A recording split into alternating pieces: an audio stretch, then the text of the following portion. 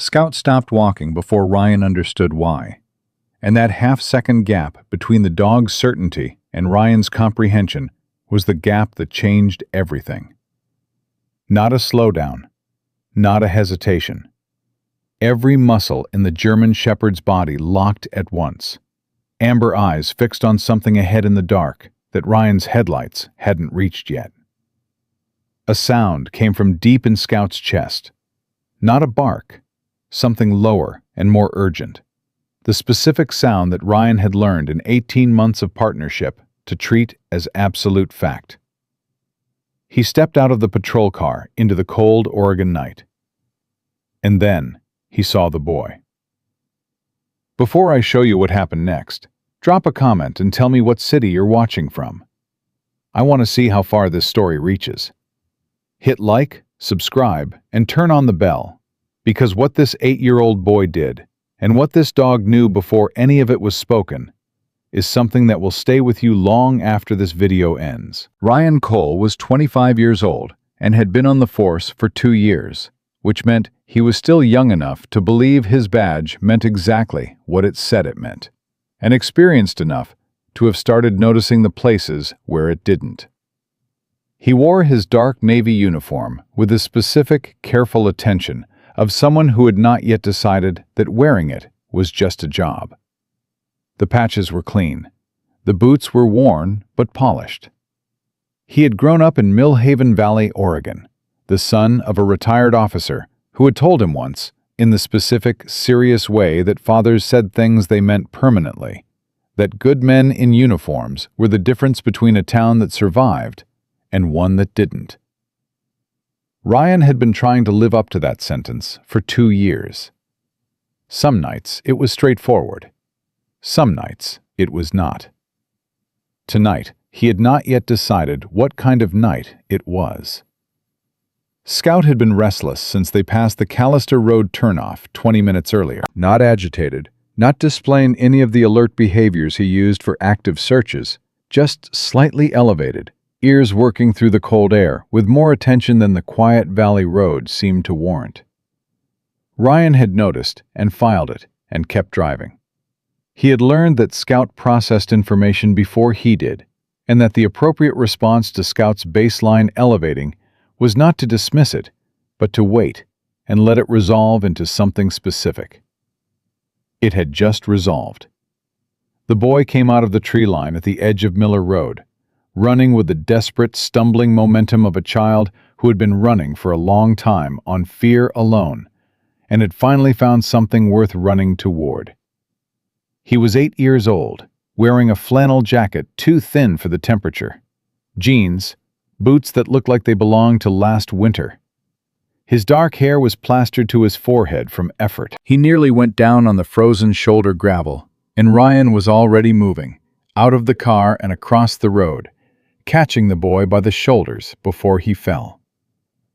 Scout was there before Ryan finished the motion. He closed the distance between them in 2 silent strides, and pressed his entire warm side against the boy's legs, and stayed, not looking at Ryan, not scanning the tree line, looking at the boy with those amber eyes that held the specific quality of an animal that had assessed the situation and determined where it was most needed. The boy looked at Scout. Something in his face changed. The absolute tottering edge of panic steadied by approximately 1 degree, which was exactly the degree he needed to form words. He looked up at Ryan. "Please," he said. The word came out on a breath that was mostly gone. "Please, sir. They're hurting my grandpa. I heard him screaming. Please, you have to come, now." Ryan crouched to eye level. He kept his hands on the boy's shoulders, steady, firm. The hands of someone who was not going anywhere. "Hey," he said, voice low and even. "I'm right here. You found the right person. Take 1 breath first." The boy shook his head, eyes wild. "There's no time. They had a truck, and there were men, and Grandpa told me to hide, and I hid, but then I heard him, and then it got quiet, and quiet was worse, and I ran the whole way, please." "One breath," Ryan said again. "Then you talk, and I listen, and we go. Okay?" The boy's chest heaved. He breathed. Then he straightened with a composure that did not belong to 8 years old and said, "My name is Noah. Noah Callister. My grandpa is Henry Callister. We live on Callister Ridge, the property off the East Road. There were 3 men in a black truck. It had no backplates. The tall one had a company jacket. They came at sundown, and Grandpa told me to go to the woodshed and stay no matter what." "You stayed," Ryan said. "Until I heard him yell," Noah said. "And then it got quiet. And Grandpa always says quiet after yelling is the worst kind." His jaw tightened. "So I ran." Ryan's hand went to his radio. He gave the location and requested backup in the flat, precise language he had been trained to use. The language that communicated urgency without communicating panic. Because panic cost time, and time was the variable that mattered right now. He got dispatch. He got a response time estimate of 14 minutes for the nearest unit. 14 minutes. He looked at Noah. "How long ago did you start running?" Noah counted. He actually counted, touching his fingers briefly, the way a child counted things he had been tracking. "Maybe 25 minutes, he said. "Maybe more. I fell twice." 25 minutes, plus 14 minutes for backup, equaled a man who had been alone on that ridge for approaching 40 minutes since his grandson ran. Ryan made the calculation in 3 seconds and made his decision in 1. "You're coming with me," Ryan said. "You stay between me and Scout the entire time. You don't go ahead of us, and you don't fall behind us. If I tell you to stop, you stop. Understood?" Noah nodded once, immediate and firm. "Understood." Scout had been watching Ryan through this entire exchange with the patient, ready attention of a dog waiting for direction he already knew the shape of. When Ryan said, "Let's move," Scout turned toward the Callister Road turnoff without hesitation, nose dropping briefly to the frozen ground, body moving with the controlled, purposeful energy of an animal that had a job and was doing it. They climbed the incline off the main road onto the narrow trail that cut through the pines toward the ridge property. Ryan's flashlight cut the darkness ahead. Noah ran with surprising steadiness for a child so frightened. The kind of steadiness that came from deciding that being afraid was not the same as being stopped. Halfway up the incline, Scout halted. His tail went rigid. His nose dropped to the ground, and he worked a specific area near the trail's edge with intense, focused concentration. Ryan crouched beside him. His flashlight found them immediately. Tire tracks. Heavy, deep tread, pressed into the frozen mud with the weight of something significantly larger than a standard farm vehicle. Multiple sets. The edges were still sharp, not yet softened by the night air. Recent. Ryan looked at Noah. "You said a black truck." "Big one," Noah said. "Higher off the ground than normal. I heard it when they came up the road before I got to the woodshed." Ryan photographed the tracks with his phone. 3 angles, close and wide. He stood. They kept moving. "Noah," Ryan said as they climbed, "the jacket you mentioned on the tall man, did you see any writing on it?" Noah thought for exactly 2 seconds. "There was a word, 2 words. I couldn't read it from where I was, but it had a logo, like a mountain shape." Ryan filed that, said nothing yet. "Grandpa got a letter 2 weeks ago," Noah said, slightly breathless from the incline. "I saw it on the table. He didn't think I read it, but I did. It said something about final offer and something about not being able to guarantee his safety if he continued to decline." Noah paused. "I didn't know what decline meant, so I looked it up. It means refused." Ryan looked at the boy moving beside him in the dark. 8 years old. Read the letter, looked up the word, remembered it. He thought about what it meant that a child had been holding that specific, adult-shaped fear alone for 2 weeks without telling anyone. Because there was no one to tell. Because he was 8 and his grandfather was 74, and the letter had been on the table, and grown-ups didn't always explain things. And sometimes a child understood more than anyone around him knew. "Did your grandfather call the police when he got that letter?" Ryan asked. Noah's voice changed slightly. Not much, just enough. "He called them a while back," he said, "when someone cut his fence line. An officer came out." A pause. "He told Grandpa he was confused about what he'd seen." Ryan felt something tighten in his chest. "Did he say which officer?" "Grandpa said his name was Hagen." Ryan did not respond immediately. He kept walking. He kept his voice level. He had been keeping his voice level for 2 years every time the name Paul Hagen appeared in a context that made a small, specific wrongness flicker at the back of his thinking. 6-week-old complaints. Cases closed before follow-up. The particular vagueness that settled over his supervisor's expression when certain addresses came up in dispatch. "Okay," Ryan said. "Thank you for telling me." Scout had stopped again. Not the investigative stop of a dog tracking a scent. This was different. His whole body had changed posture, lower, more forward. Hackles raised along his spine in the specific ridge of fur that meant something ahead was actively wrong rather than historically wrong. Ryan's hand went to his radio. He did not key it yet. He held it. Then he heard what Scout had already heard. Ahead, past the ridgeline, a voice. Not Henry Callister's. A man's voice, sharp and impatient. The tone of someone who was finishing something. A truck door. The sound of an engine turning over. Noah grabbed Ryan's sleeve. "That's them," he whispered. "That's the truck." Ryan moved, fast and low, Scout matching him. Noah kept back with a firm hand signal that the boy obeyed without argument. They came over the ridge in time to see headlights sweeping across the property as the vehicle turned on the access road below, moving away, not toward them, already leaving. Ryan made the call in the same second. Pursuit or Henry? He looked at Scout.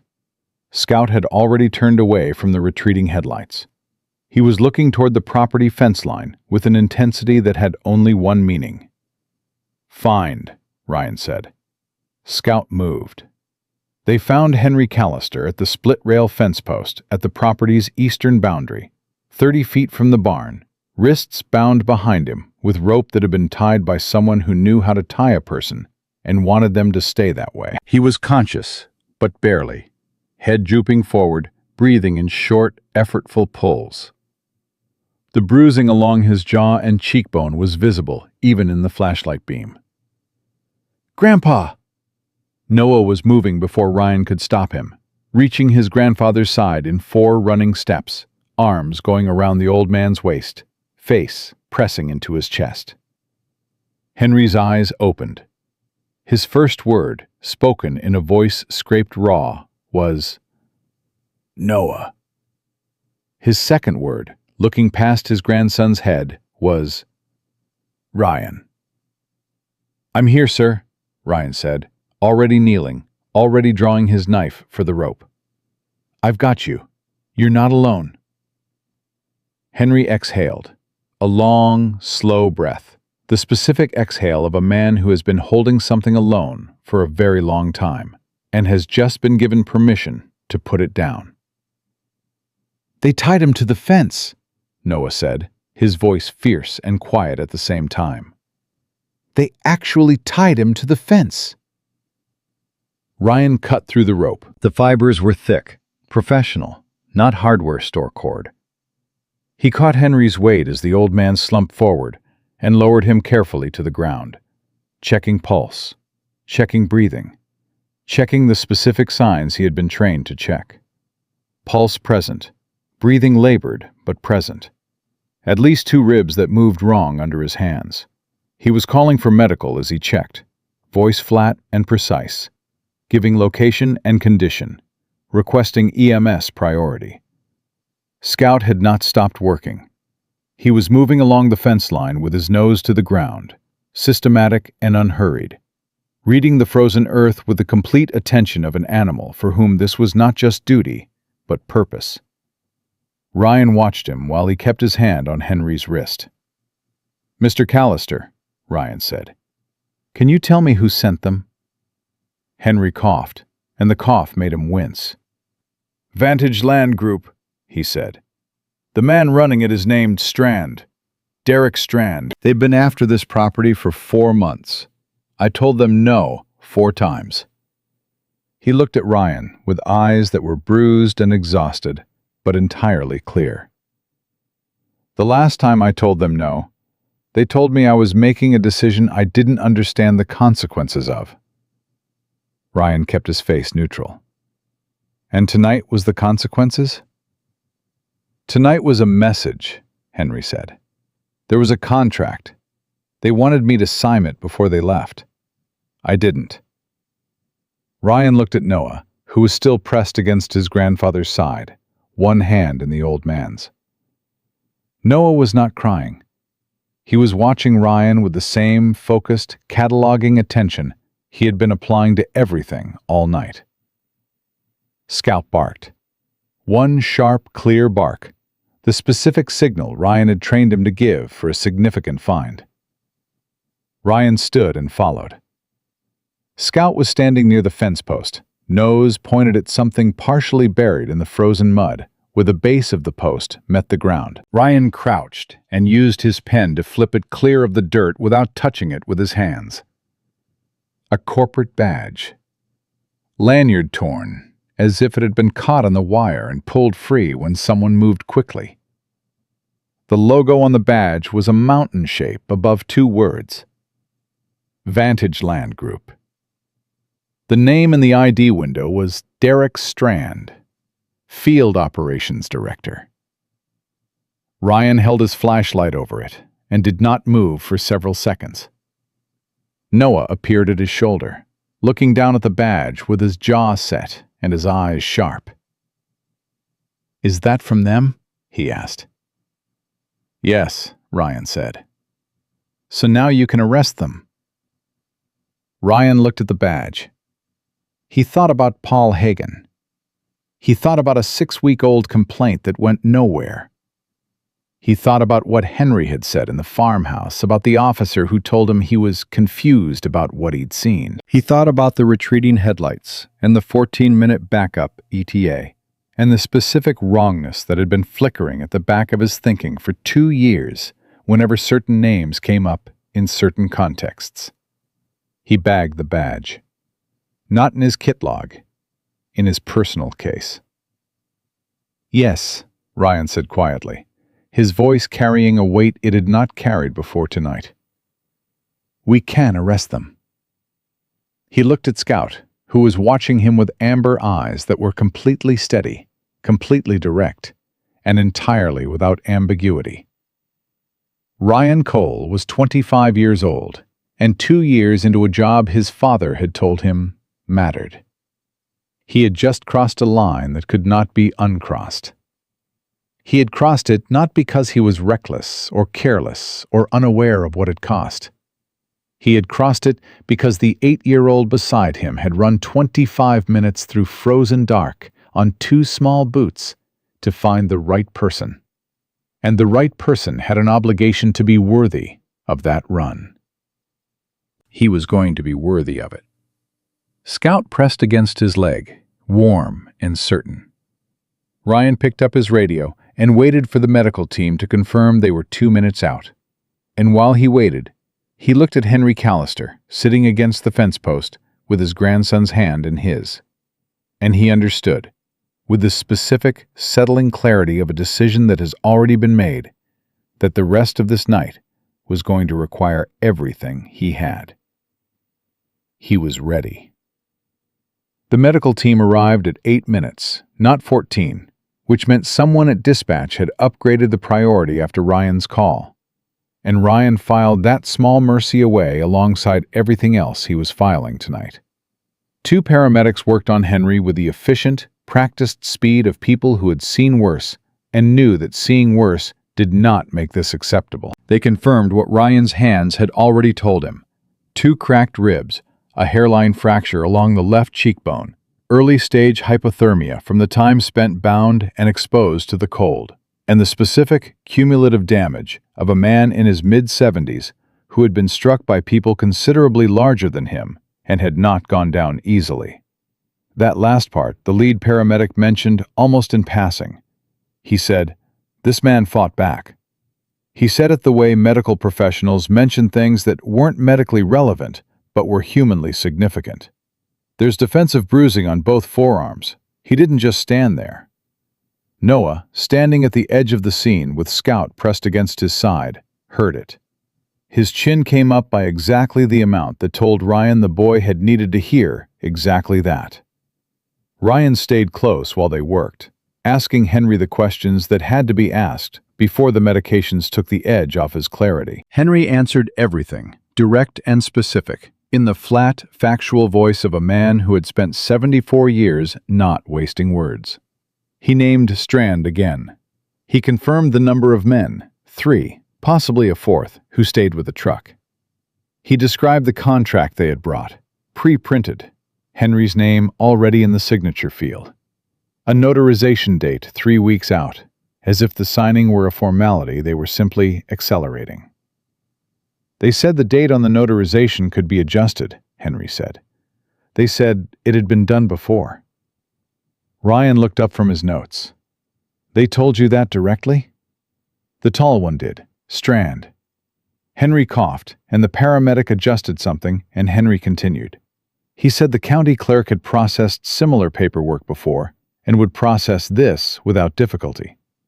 Said it like it was a service they'd arranged." Ryan wrote that down.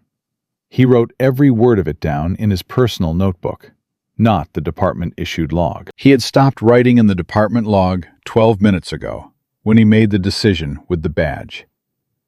He was not confused about what he was doing. He was very clear about what he was doing, and what it would cost him if he was wrong. And he had decided that the cost of being wrong was survivable, and the cost of being right and doing nothing was not. The paramedics loaded Henry for transport, and Ryan turned to find Noah already standing beside him, hands in his jacket pockets, watching the ambulance back down the access road. "I need to come," Noah said. "You will," Ryan said. "But first, I need you to stay with Mrs. Garver down the road while I come back here. Can you do that?" Noah looked at him with the measuring patience of a child who was deciding whether to push back. "Why are you coming back?" "Because I think there's more to find," Ryan said, "and I need to find it before anyone else does." Noah held his gaze for a moment. Then he said, "The equipment shed. North end of the property. Grandpa keeps it locked, but the padlock was different when I came back through. Someone changed it." Ryan stared at him. "You noticed that? Grandpa's padlock is red. The one on the shed tonight was silver." Noah said it the way he said everything, plainly, as if the detail were obvious to anyone paying attention. "I didn't know if it mattered." "It matters," Ryan said. He got Noah settled with the neighbor and returned to the Callister Ridge property alone, Scout at his side. The dark property now quiet in the specific way that places went quiet after violence had passed through them. He moved fast. He did not use the radio. He did not log his return. The equipment shed was at the north end of the property, set back from the barn, its door facing the tree line. The padlock was silver, industrial grade, recently installed. The kind you bought when you wanted something to stay closed and didn't care who noticed the upgrade. Scout was already at the door, nose working the gap at the base, body tight with the controlled energy of a dog who had found something significant and was waiting for the instruction to proceed. Ryan produced his bolt cutters from the patrol kit. He cut the padlock in 2 clean pulls. He opened the door. Scout went in first, the way he always went into uncertain spaces, low and methodical. Ryan followed with his flashlight. Henry's legitimate equipment was there: hand tools, a rusted post driver, 2 coils of wire. But scattered among it, with the specific carelessness of people who had moved fast and expected to return, were things that had no business being in Henry Callister's shed. Ryan crouched over the first item without touching it. A length of rope, cut ends, fibers that matched the rope he had cut from Henry's wrists in color and thickness. He photographed it. He bagged it. Scout nosed at something under the workbench, and Ryan reached in and retrieved it carefully. A folded document, creased from being carried in a jacket pocket. He unfolded it. A property sale contract. Henry Callister's name in the buyer's name field, and the parcel identification number for Callister Ridge, printed with the precision of a document that had been prepared in advance by a legal office. The signature line was blank. The notarization date was 3 weeks from tonight, exactly as Henry had said. Ryan photographed it twice and bagged it. He stood and swept his flashlight across the rest of the shed. Against the far wall, partly concealed behind a stack of old fence boards, was a document folder, legal-sized, the kind with a Vantage Land Group logo printed in the corner that he could read even from 6 feet away. He crossed the shed and picked it up.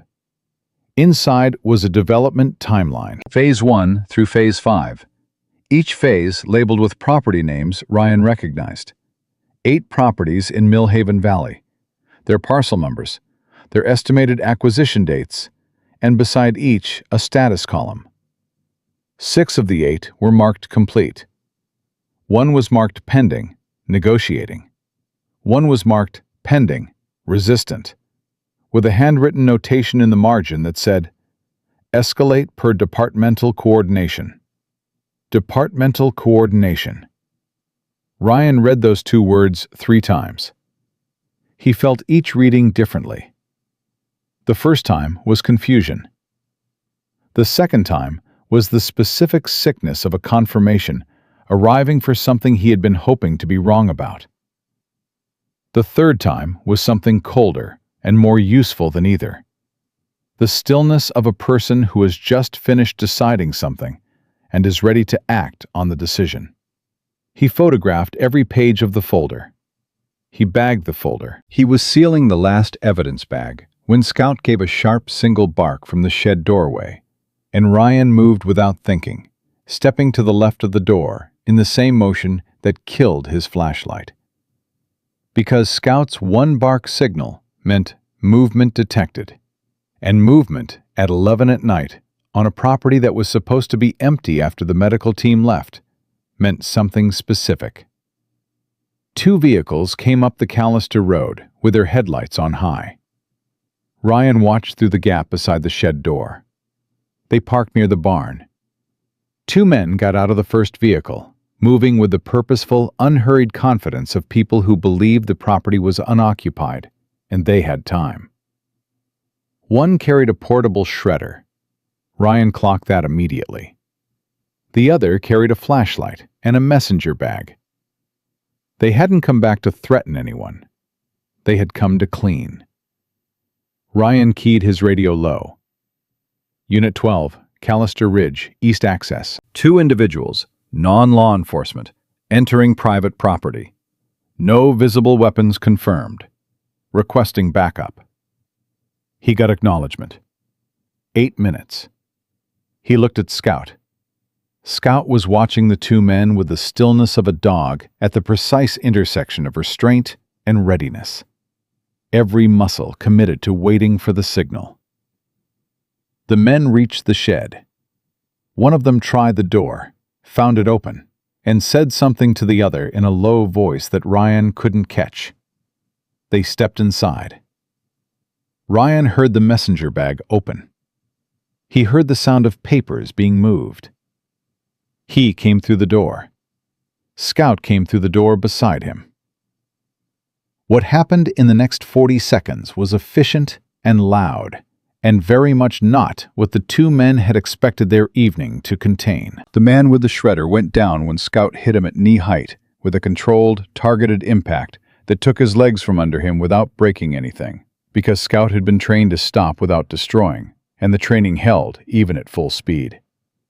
The second man swung at Ryan with the messenger bag and connected with his shoulder, and Ryan pinned him against the shed wall with one arm and had his wrist secured before the man finished deciding whether to keep fighting. He decided not to. Ryan was breathing hard. Scout was panting once, already repositioning to cover both men. Ryan checked them both. No weapons on the first, a folded knife on the second that he confiscated and bagged. The first man, on the ground with Scout's attention fixed on him, and the specific, total stillness of a dog that was neither attacking nor leaving, looked up at Ryan with the expression of a person rapidly revising their assessment of how tonight was going. "You work for Vantage," Ryan said. It was not a question. The man said nothing. "The shredder is an interesting choice for 11 at night," Ryan said. "Helps me understand what you came to clean." Still nothing. Ryan looked at the second man, secured against the wall, jaw tight. On the ground beside where he had stood was a phone, face up, screen still lit from the impact when Ryan took him down. Ryan could see the notification on the screen from where he stood. A message in an open thread. He photographed the screen before it dimmed. He could read the thread header. The contact was saved as P.H. The most recent incoming message, time-stamped 43 minutes ago, read, "Shed needs to be clear by 0600. Leave nothing. Ward won't be filing anything tonight, and I need that space clean before morning." Ryan read it twice. He photographed it again, closer. P.H. Paul Hagen. He had known. Not as a proven fact. Not as something he could have put in a report 6 months ago and had anyone believe him. But he had known the way you knew something when the small wrongnesses accumulated over enough time, in close enough proximity, to stop feeling like coincidence and start feeling like pattern. Now he had the pattern in a photograph on his phone. His backup arrived at 7 minutes rather than 8. 2 patrol units coming up the Callister Road with their lights going. Ryan secured both men with zip ties and met the responding officers at the shed door.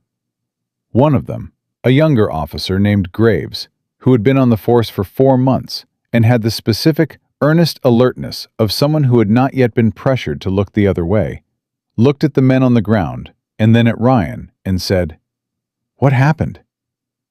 "Attempted destruction of evidence at an active crime scene," Ryan said. "I need both of them processed and transported separately, and I need you to log your arrival time as 11:43. Graves nodded. "What do I put for what we found?" Ryan handed him the bagged rope, the contract, and the development folder. "You put exactly what's in those bags," Ryan said. "Every single item. And you don't run it through Sergeant Hagen. You run it through Lieutenant Marsh directly." Graves looked at him. Ryan could see the question forming. Why not Hagen? Why Marsh? What does that mean? He could also see Graves decide not to ask it, because sometimes the question was less important than the instruction, and Graves was smart enough to know which situation this was. "Yes, sir," Graves said. Ryan walked away from the shed with Scout at his heel and the evidence photographs on his phone, and the memory of 2 words in a margin notation that would follow him for the rest of the night. Departmental coordination. He thought about Henry Callister tied to a fence post for an hour in the cold, while his grandson ran through the dark. He thought about a man who kept a red padlock on his equipment shed and had never missed a morning walk on his property line in 74 years. He thought about an 8-year-old who read a letter on a kitchen table and looked up a word he didn't know and remembered it 4 weeks later in the dark. He pulled out his phone and found a contact he had never called before. Andrea Voss, State Investigative Bureau. He had her number because a fellow officer had given it to him 8 months ago and said, "Hold on to this. You might need it one day." He had never known why he'd kept it. He was beginning to understand now. It was 11:50 at night. He called anyway. She picked up on the second ring. "Voss," she said. "My name is Officer Ryan Cole," he said. "Millhaven Valley PD. I have physical evidence, photographic evidence, and 2 individuals in custody from an incident at Callister Ridge.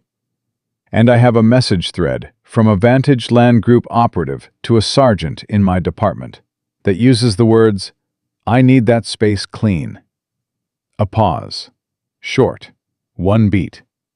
"How recent is the message?" 45 minutes. Another pause. "Can you secure the evidence outside your department's chain of custody tonight?" "Already in progress." "Then I need you to hold your position," Andrea Voss said, and her voice had shifted into something that was not urgency, but was adjacent to it. The specific sharpening of a person whose work had just found the piece it had been missing for 7 months. "I've been building a case against Vantage for 7 months. I've been waiting for an incident I could attach to documented departmental cooperation. If that message says what you're telling me it says, you just gave me the cornerstone." Ryan stood outside Henry Callister's shed in the dark with Scout beside him and the cold Oregon night settling around them, and said, "I know. This is going to get complicated for you," Voss said. "I know that too," Ryan said. "Do it anyway." Scout pushed his nose against Ryan's hand, warm and steady and completely without doubt. Ryan kept the phone to his ear and waited. Andrea Voss arrived in Millhaven at 6:14 in the morning, which meant she had been driving since somewhere around midnight, and the fact that she had driven through the night without being asked told Ryan everything he needed to know about how seriously she was taking what he had sent her. He met her in the parking lot of the county medical center, where Henry was still being monitored, and Noah had fallen asleep in the waiting room chair with his jacket pulled over his shoulders and Scout's chin resting on his knee. Ryan had checked on them twice in the past 4 hours. Both times Scout had looked up at him and then back at Noah in the specific way that communicated the situation was managed and Ryan could continue doing what he was doing. Voss was in her late 30s, practical clothing, a messenger bag over one shoulder that looked like it was carrying about 3 pounds more than it was designed for. She had the kind of face that had spent a significant portion of its years paying close attention to things other people had decided weren't worth examining. She looked at Ryan's uniform, at the evidence case in his hand, at the dark under his eyes from a night that hadn't included any sleep, and she said, "Walk me through everything. Start with the tire tracks." He walked her through everything, all of it, in order, from Scout stopping on Miller Road, to Noah coming out of the tree line, to the red padlock that had been replaced with a silver one, to the message thread on the phone that said PH at the top, and "I need that space clean" below it. He talked for 22 minutes without interruption. Voss listened with the focused, unhurried attention of someone who was not just hearing information, but building architecture with it. When he finished, she opened her messenger bag and produced a document that was several dozen pages thick, held together with 2 binder clips. She set it on the hood of his patrol car. 7 months, she said. Vantage Land Group. Millhaven Valley and 2 adjacent counties. 14 properties. Systematic acquisition through a combination of legal pressure, manufactured code violations, and what I have been calling in my notes, coordinated municipal cooperation, because I couldn't prove the direct payment connection until now. She tapped the message thread photograph Ryan had included in his file. P.H. Hagen's personal financials are subpoenaed as of 2 hours ago. The warrant covers 3 years of records. Ryan absorbed that. 3 years. The first deposit I'm expecting to find goes back to approximately the time a rancher named Henry Callister filed a trespassing complaint and was told by a responding officer that he was confused about what he'd seen. She looked at Ryan directly. "I need you to understand that what you built last night in that shed, the rope, the contract, the development folder, the message thread, is the evidentiary foundation that makes everything in this file actionable. Before last night, I had financial patterns and circumstantial connections. Now, I have a crime scene." Ryan thought about the decision he had made with the badge in the frozen mud at Henry's fence post. He thought about what it would have meant if he had logged it through standard channels instead. He thought about Paul Hagen getting an 0600 notification that the shed had been accessed by a responding officer and the badge had been logged as evidence. And he thought about how much of what was in that shed would have existed by morning. "What happens to Hagen now?" Ryan said. "He's being brought in for questioning at 7, Voss said. "By my team, not your department." She paused. "Lieutenant Marsh has been briefed. He's cooperating fully. He's been aware for approximately 3 months that something was wrong inside the department, and has been trying to build a basis for action without a clear precipitating incident." "Last night was the precipitating incident," Ryan said. "Last night was the precipitating incident," Voss confirmed. Ryan was quiet for a moment. Then he said, "There are 2 other people in my department whose names appear in the financial connection documents I found in the folder. I haven't said them out loud yet." Voss nodded. "I know who they are. I've known for 4 months. Until last night, I didn't have enough to move on them without the whole case collapsing before it reached a courtroom." She held his gaze. "You held that line last night. That matters." Ryan did not say anything. He picked up his coffee from the roof of the patrol car and took a long drink and looked at the hospital entrance. "I need to see Noah," he said, "before Hagen's questioning, before any of this moves publicly.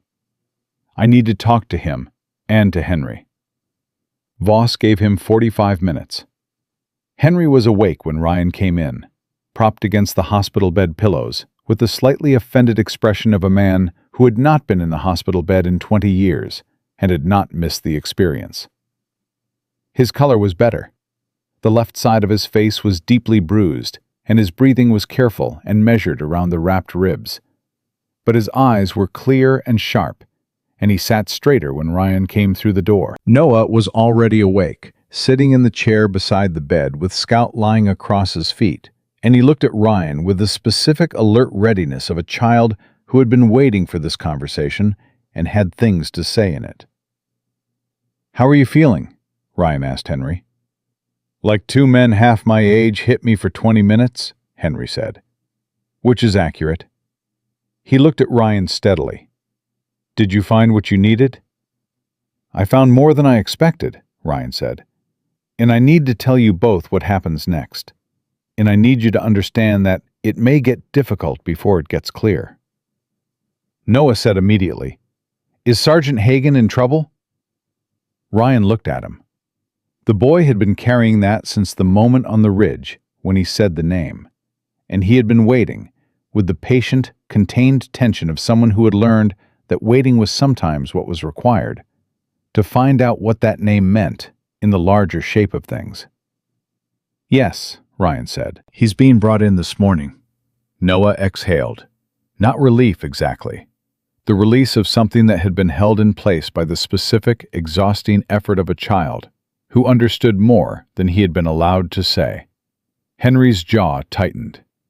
"The complaint I filed 6 weeks ago. He buried it." "Yes," Ryan said. "And the trespassing complaint before that?" "Yes." Henry was quiet for a moment. His hands, lying on the blanket, tightened slightly. They were a rancher's hands, scarred and thickened from 74 years of work, and they tightened the way they would tighten around a fence post that needed to hold, with the controlled force of a man who knew how to apply pressure without losing his grip. "I want to testify," Henry said. "Whatever form that takes, whatever they need from me. I want to stand up and say what they did to my property and to me and to this family." Ryan nodded. "You'll have that chance." "And Noah," Henry said, and his voice changed when he said his grandson's name. The way voices changed when they were carrying something that was too large and too important to be spoken in the same register as everything else. "What this boy did last night."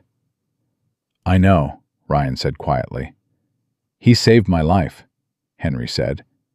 "Not just by running for help, by paying attention his whole life to every single thing that mattered, so that when the moment came, he had every piece of information anyone could possibly need." Henry looked at his grandson. "I told him once that this land was all we had left. I was wrong. This boy is everything we have. The land just holds his footprints." Noah looked at his grandfather and did not say anything. His face did the thing that faces did when something true arrived at them from a direction they weren't prepared for, and he pressed his lips together once, and then looked at Scout and put his hand on the dog's back. And Scout raised his head and pressed into the contact. Ryan stayed with them until the 45 minutes were up. When he walked back out into the parking lot, Paul Hagen's unmarked unit was pulling into the hospital lot from the opposite entrance, heading toward the administrative wing. Voss had said 7. It was 6:58. Ryan watched the vehicle park. He watched Hagen get out. Hagen was 49 years old and had been on the force for 22 years. And from the distance of the parking lot, he looked the same as he always looked. Stocky, precise, the mustache trimmed with near military exactness. The posture of a man who had held authority for long enough that he carried it in his spine. He walked toward the entrance with his hands in his jacket pockets and his head slightly down. And he did not look like a man who knew he was being walked into an interrogation. He looked like a man who was planning to walk into an evidence room and start managing a situation that had gotten out of hand. He was 3 steps from the entrance when Voss appeared at his left, with 2 state investigators at her right. And the specific quality of Hagen's stride changed in a way that was invisible unless you had been watching him for 2 years and knew every version of how he moved. Ryan watched it happen from across the parking lot. He watched Hagen stop. He watched Voss speak. Watched her produce documents. Watched the state investigators position themselves in the patient, deliberate geometry of people who were not in a hurry because they did not need to be. He watched Paul Hagen's posture change. Not collapse. Change. The specific deflation of a man who has been maintaining a structure through sustained effort for a very long time and has just been informed that the structure is finished. Ryan looked away. He looked at the hospital entrance. He thought about Henry inside with his rancher's hands tightened on the blanket. He thought about Noah with his hand in Scout's fur and the specific, earned steadiness of a child who had run 25 minutes through frozen dark and paid attention to every detail and remembered every word and had been right about every single thing that mattered. Scout pushed through the entrance door at that moment, padding out to Ryan's side with the unhurried certainty that characterized everything Scout did. He had left Noah at some point in the last few minutes and come to find Ryan, the way he always came to find Ryan when the situation changed. Because they were partners, and partners read each other's location without being told. Ryan put his hand on Scout's back. "Hagen's in custody," he said, not because Scout needed the information, but because saying it out loud made it real, in a way that the parking lot scene had not yet fully made it. Scout looked up at him with amber eyes that held no judgment and no particular surprise, only the steady, faithful attention of an animal that had been present for all of it, and was still present now, for whatever came next. From inside the hospital, a sound drifted through the automatic doors. Small, bright, recognizable. A boy's voice saying something to a nurse, and the laugh that followed, sudden and unguarded, the first laugh Ryan had heard from Noah Callister since he had come out of the tree line last night with his flannel jacket and his 2 small boots and 5 words that had rearranged everything. Ryan stood in the parking lot, with his hand on Scout's back, and listened to that laugh. He had been trying for 2 years to be worthy of his father's sentence. He thought he was beginning to understand that being worthy of it was not a destination. It was the decision you made at the fence post in the dark, and the decision you made in the shed, and the decision you made when you held a phone at midnight and called a number you had never called before, because the alternative was not something a good man could do. It was every decision, stacked on top of each other, until the stack was tall enough to stand on. He had a long way yet to go, but he was standing on it. That was something. Scout pressed against his leg, warm and certain, and Ryan took a breath of the cold Oregon morning and turned back toward the door. The county hearing was scheduled for 11 days after the night on Callister Ridge, which gave Ryan 11 days to understand what it felt like to have done the right thing inside a system that was still deciding what to do about it. The department placed him on administrative review the morning after Hagen's arrest. Not suspension, Lieutenant Marsh was careful to call it. Administrative review. And he was equally careful to tell Ryan, privately, that the review was procedural and protective, that it existed to insulate the evidence Ryan had collected from any challenge based on chain of custody, and that Ryan was not in trouble. He said it the way people said things they meant, but understood would be difficult to fully believe while you were living inside them. Ryan went home. He took Scout with him. He sat in his kitchen and drank coffee and looked at the wall and thought about his father's sentence for a long time. His father called that evening, which meant someone had told him, which in Millhaven meant everyone had heard something, and most of it was accurate. His father was 61 years old and had been retired from the force for 4 years and still woke up at 5 in the morning out of habit. He said, "I heard what you did." He said it in the specific, careful tone of a man who had something larger behind the words and was deciding how much of it to say out loud. "I preserved evidence," Ryan said. "You protected a victim and a child and 3 generations of a family's land from a man who was supposed to be doing those things himself," his father said. "That's what you did." Ryan didn't say anything. "I want you to know," his father said, "that the thing I told you when you were starting out, about good men in uniforms, I meant it for moments like this, not for the easy ones." Ryan looked at Scout, who was lying on the kitchen floor watching him with amber eyes that were steady and attentive and entirely present.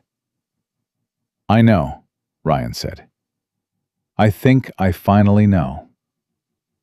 The administrative review lasted 6 days. On the 7th day, Lieutenant Marsh called Ryan into his office and closed the door and sat across from him, with the expression of a man who had been carrying something for 3 months and had just been given permission to set it down. "The state investigator's findings came back," Marsh said. "Everything you collected is admissible.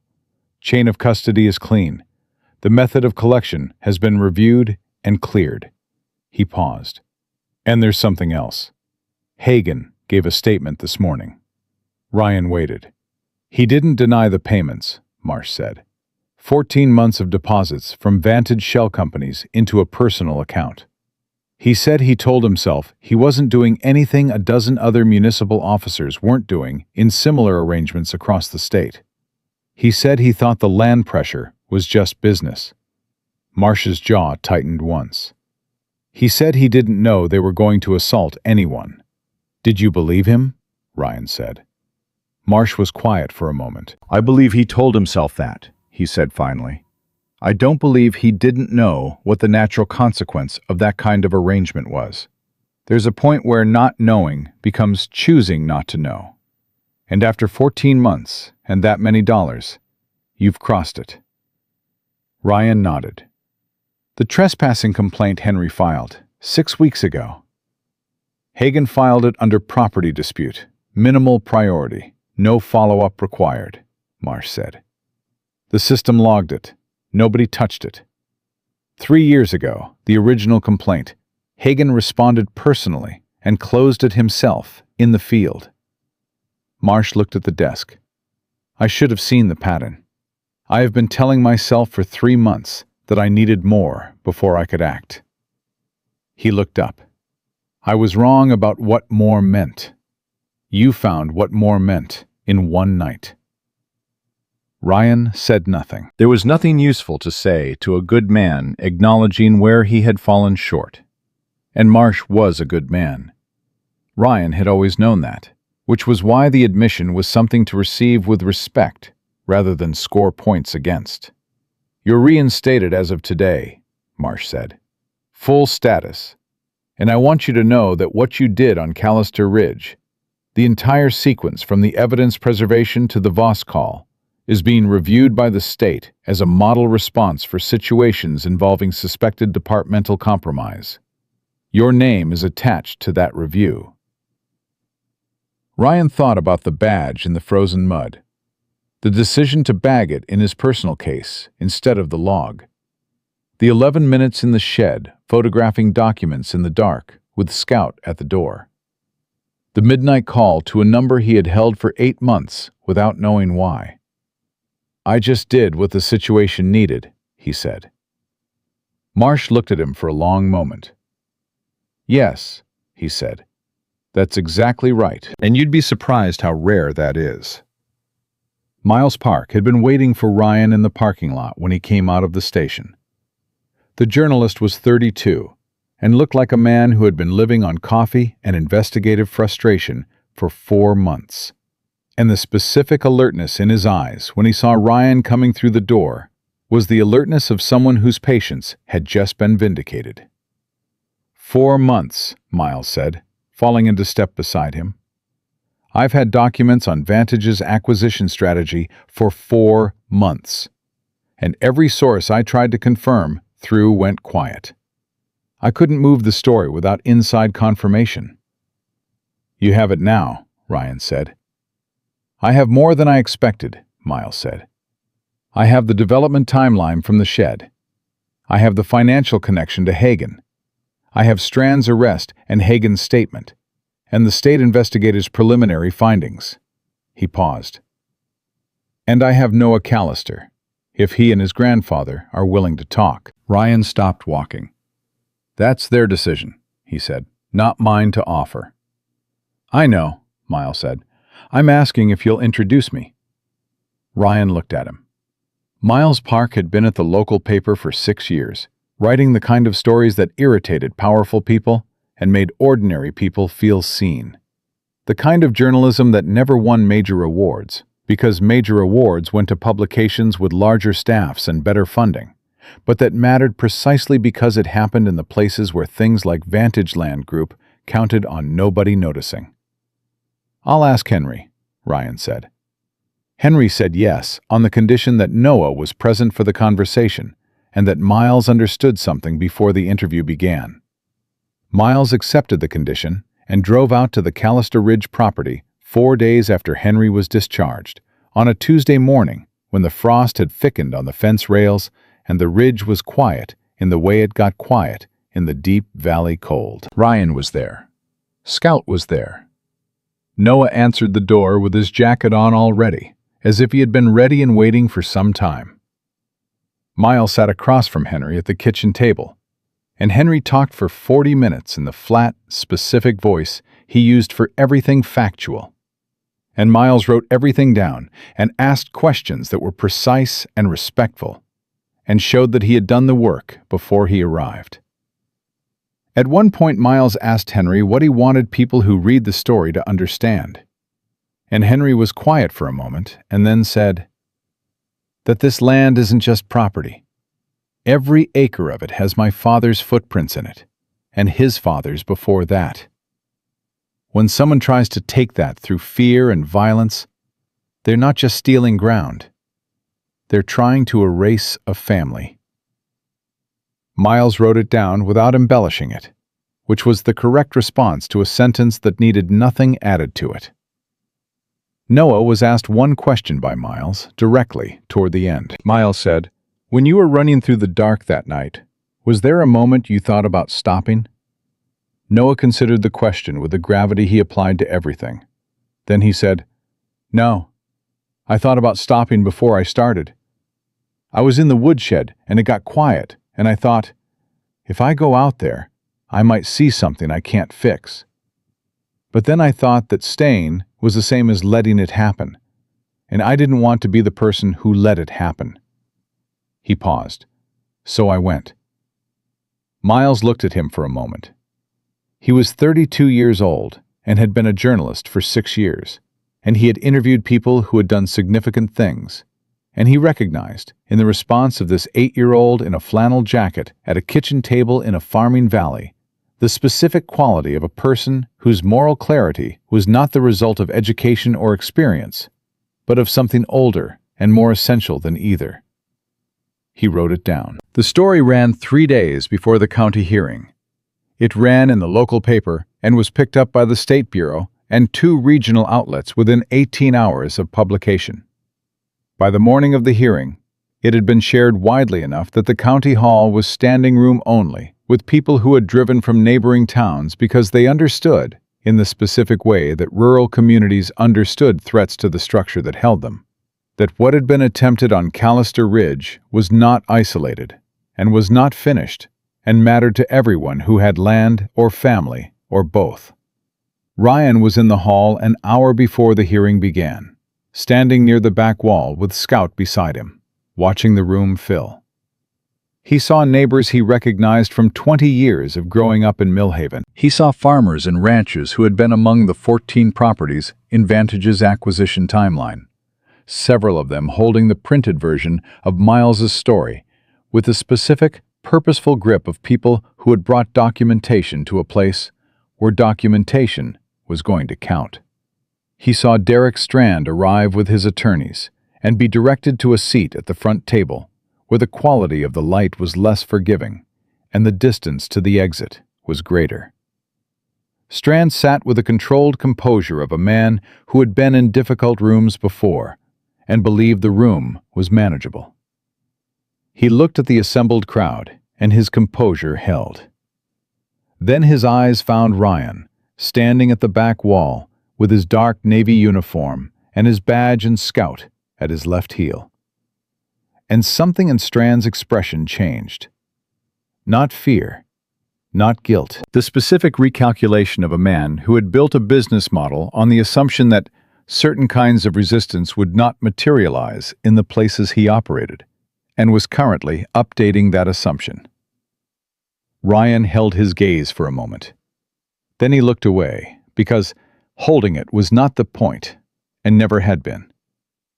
The point was standing at his left heel, with amber eyes and a tan gold coat, and the complete, unhurried certainty of a dog who had stopped on a road at exactly the right moment, and had never once, in all the nights since, shown any sign of doubt about what that moment meant, or what it had required. Noah came in with Henry at 9 minutes to the hour, walking beside his grandfather with his hands in his jacket pockets and his chin up, and his boots, Ryan noticed, no longer too small. Someone had gotten him new boots. Henry walked with a cane and the careful, deliberate posture of a man managing wrapped ribs. But he walked the way he had always walked, with the specific, rooted steadiness of a person who had belonged to a piece of ground for 74 years and knew exactly who he was. Noah found Ryan across the room and held up one hand in a brief, matter-of-fact wave that said, "I see you," without requiring anything in return. Ryan nodded back. The hearing was called to order. The hearing chair was a woman named Margaret Foss, 63 years old, a former county attorney who had returned to civic service after retirement because she said she had enough distance now to see clearly what needed fixing and enough patience left to fix it. She had the specific bearing of a person who had heard a great many things in official rooms and had learned that the most important things were usually said quietly by people who had not planned to speak at all. She opened with a procedural summary that took 4 minutes and established the legal framework for everything that followed. Then she looked up from her documents and said, "We'll begin with the physical evidence." Voss presented it in order. The rope, the contract, the development folder with a margin notation that said, "Escalate per departmental coordination," the badge, the message thread, the financial records connecting Vantage shell companies to Paul Hagen's personal account. 3 years of deposits, the first one predating Henry Callister's original trespassing complaint by 9 days.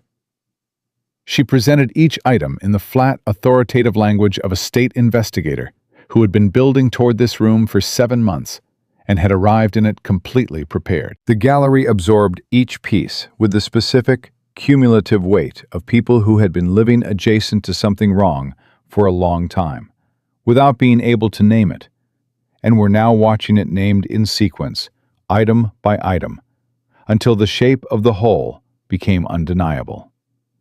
When the margin notation was read aloud, "Escalate per departmental coordination," a man near the middle of the gallery said something under his breath that was not quite a word, but carried everything a word would have. The woman beside him put her hand on his arm. Strand's attorneys objected to the admissibility of the development folder twice. Both times, Voss heard the objection and overruled it, with the patient precision of someone who had anticipated the argument and had already decided how to answer it. Ryan stood at the back wall through all of it. Scout sat at his left heel. Neither of them moved.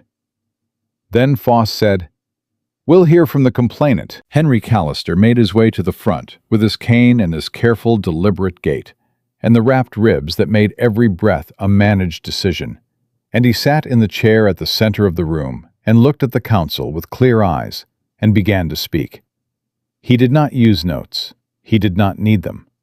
He described 3 years of pressure, starting with the first visit from Vantage representatives who arrived at his door with a valuation estimate and a cordial presentation, and left with a refusal they did not receive graciously.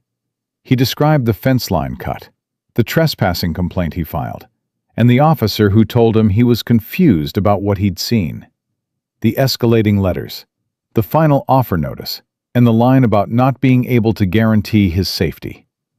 He described the night of the assault in specific, factual language. The truck, the men, the contract they produced, the instruction to sign, and his refusal, and what followed the refusal. He spoke for 17 minutes. The room was completely silent for all 17 of them. When he finished, Voss asked him one question. She said, "Mr. Callister, when you filed the original trespassing complaint 3 years ago, and were told by the responding officer that you were confused about what you'd seen, what did you do afterward?" Henry was quiet for a moment. Then he said, "I went home. I told my grandson that sometimes institutions failed, and that the right response was not to stop believing in what they were supposed to be, but to keep the record yourself and wait for the person who would get it right." He paused. "I told him that person would come. I believed that." He looked at the back of the room, at Ryan standing against the wall with Scout beside him. "I was right." Several people in the gallery looked toward Ryan. He looked at the floor. This was not his moment. This was Henry's moment, and Noah's moment, and the moment of everyone in the valley whose complaints had been filed and dismissed, and who had been told they were imagining things when they were paying the closest possible attention. Voss said, "We'll hear from the minor witness." Noah walked to the front of the room with his hands in his jacket pockets and his new boots making a small, clear sound on the floor, and his chin at the angle Ryan had come to recognize as the angle Noah used when he was doing something difficult and had decided to do it fully. He sat in the chair. He looked at the counsel. He was 8 years old, and the room held 64 adults watching him. And he sat in that chair the way his grandfather stood on that land, as if he had a right to be exactly where he was, and no particular interest in pretending otherwise. Foss looked at him with the patient kindness of a woman who understood what it cost a child to sit in that chair. "Noah," she said, "can you tell us in your own words what happened on the night of the incident?" Noah told it the same way he told everything, in order, with specific details. The woodshed, the instruction to stay, the sounds from outside, the counting he did before he decided to run. He said, "I counted to 62 before I opened the woodshed door. I was trying to decide if going was the right thing. 62 seemed like long enough to decide." Someone in the gallery made a sound that was not quite a laugh, and not quite a sob, but occupied the specific emotional space between them. Noah continued. He described the run, the falls, the way the cold had been bad enough that he had stopped feeling his fingers by the time he reached Miller Road. The patrol car, Scout, stopping. He said, "The dog stopped before I got to him.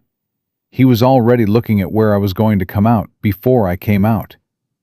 I don't know how he knew." He glanced toward the back of the room where Scout sat at Ryan's heel. But he knew. Then Foss asked him, "Is there anything you want this council to understand that hasn't been said yet?" Noah thought about it. He took the question seriously, the way he took every question, with the unhurried, measuring consideration of someone who was not going to give an answer that wasn't the right one. The room waited. Then he said, "My grandfather has walked the fence line of that property every morning since before my mother was born. He walks it because he says the land knows when you're paying attention to it. He says that's how you respect something that was given to you to take care of." He paused. What Vantage tried to do wasn't just take the land. They tried to take the person who was paying attention to it. That's worse. The room held that for a moment. Foss said quietly, "Thank you, Noah." He walked back to his seat beside his grandfather. Henry put his hand on the back of Noah's neck briefly, the specific gesture of an old man communicating something to a child that had no adequate verbal form, and Noah leaned into it for 1 second and then straightened. The deliberation took 41 minutes. Ryan knew because he counted, the way Noah counted, as a means of managing the specific weight of waiting for something that mattered too much to watch directly. When Foss returned to the room and the gallery went quiet and she read the findings, she read them in order. Vantage Land Group had conducted a coordinated campaign of coercion, intimidation, and physical violence against landowners in Mill Haven Valley through a scheme that included bribery of a municipal officer, falsification of acquisition documentation, and the deployment of contractors to commit assault.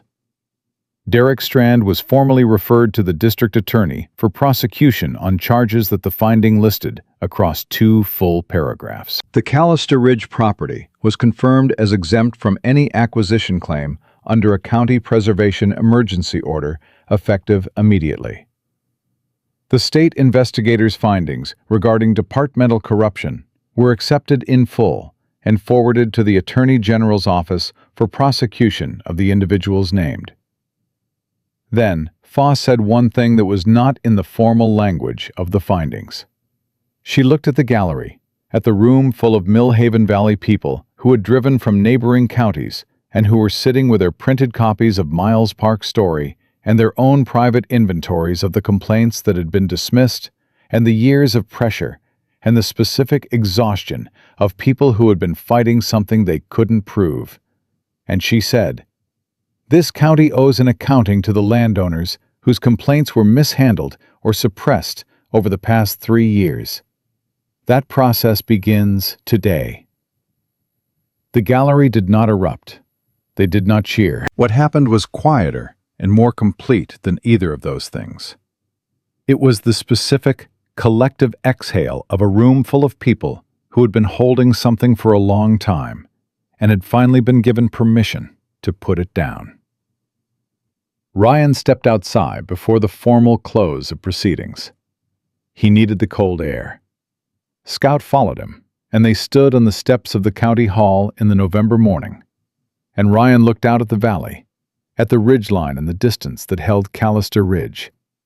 And he thought about what Henry had said to the council, that the land knew when you were paying attention to it.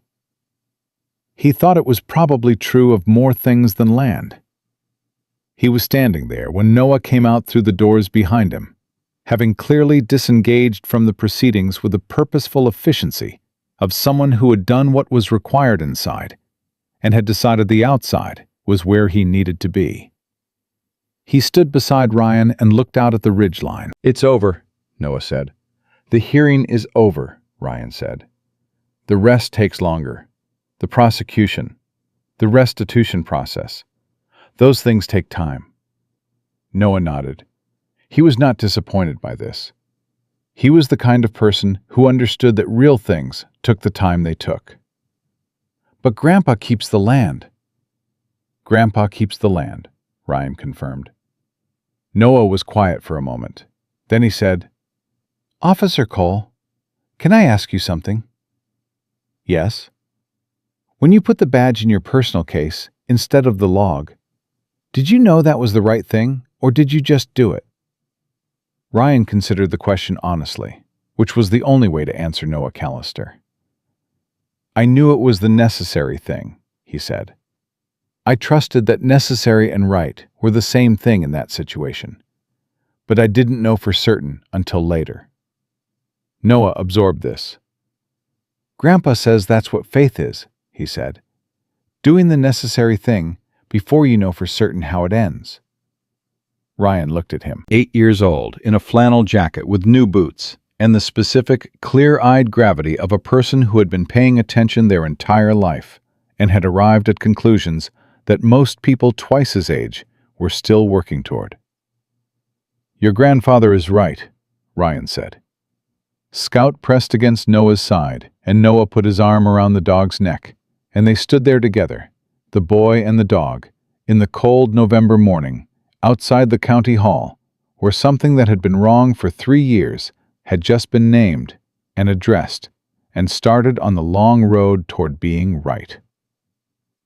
Henry came out 10 minutes later, moving carefully with his cane, and stood beside Ryan and looked at his grandson and his dog in the morning light, with the expression of a man counting his blessings in the specific way of someone who had recently understood exactly how close he had come to losing them. "What happens to you now?" Henry said to Ryan. "I go back to work," Ryan said. Henry looked at him. "Same department.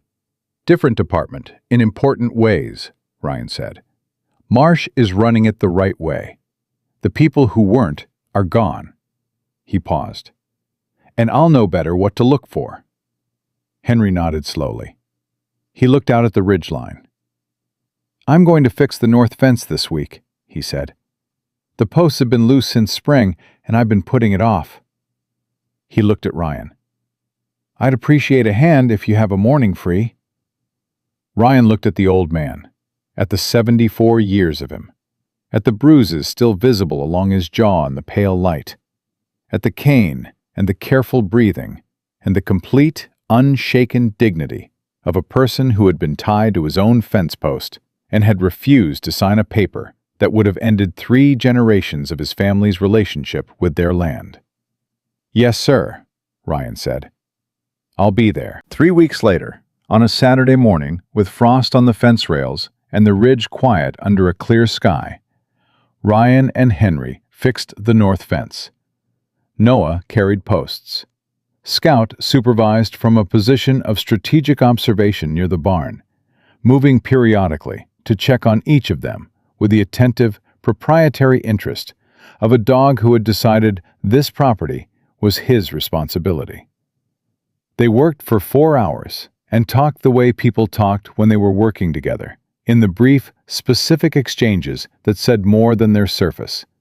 And at noon, Henry's neighbor brought food out, and they ate on the tailgate of the truck with the valley spread below them and the cold air sharp, and the work done. Noah sat beside Scout and fed him a piece of his sandwich, with the specific, matter-of-fact affection of a child who had made a permanent decision about this dog and saw no reason to revisit it. Henry looked at Ryan across the tailgate and said, "You know what this land is now?" Ryan looked at the fence line, at the clean posts and the tight wire and the ridge beyond it, running along the eastern edge of the valley where it had always run, where it would keep running. "What is it?" he said.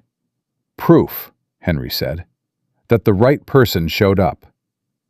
Ryan looked at Scout, who was accepting Noah's sandwich, and looking at Ryan with amber eyes that were warm and steady and entirely without irony.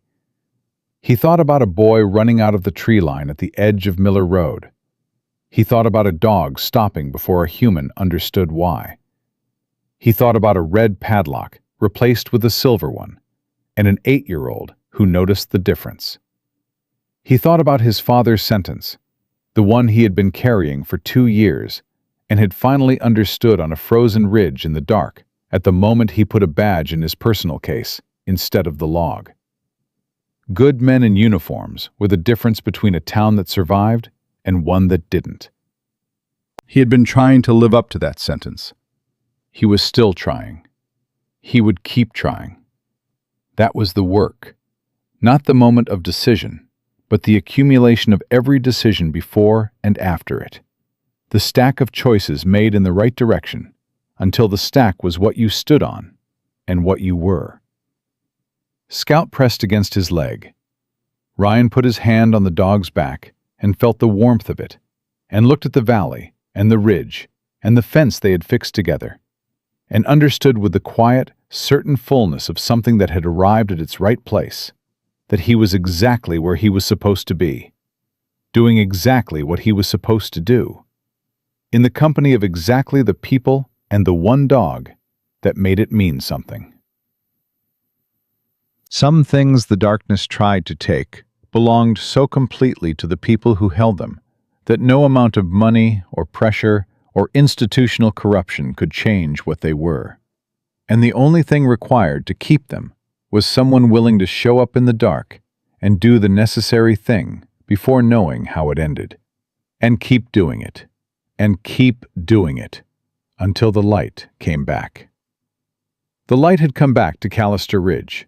It was not going anywhere.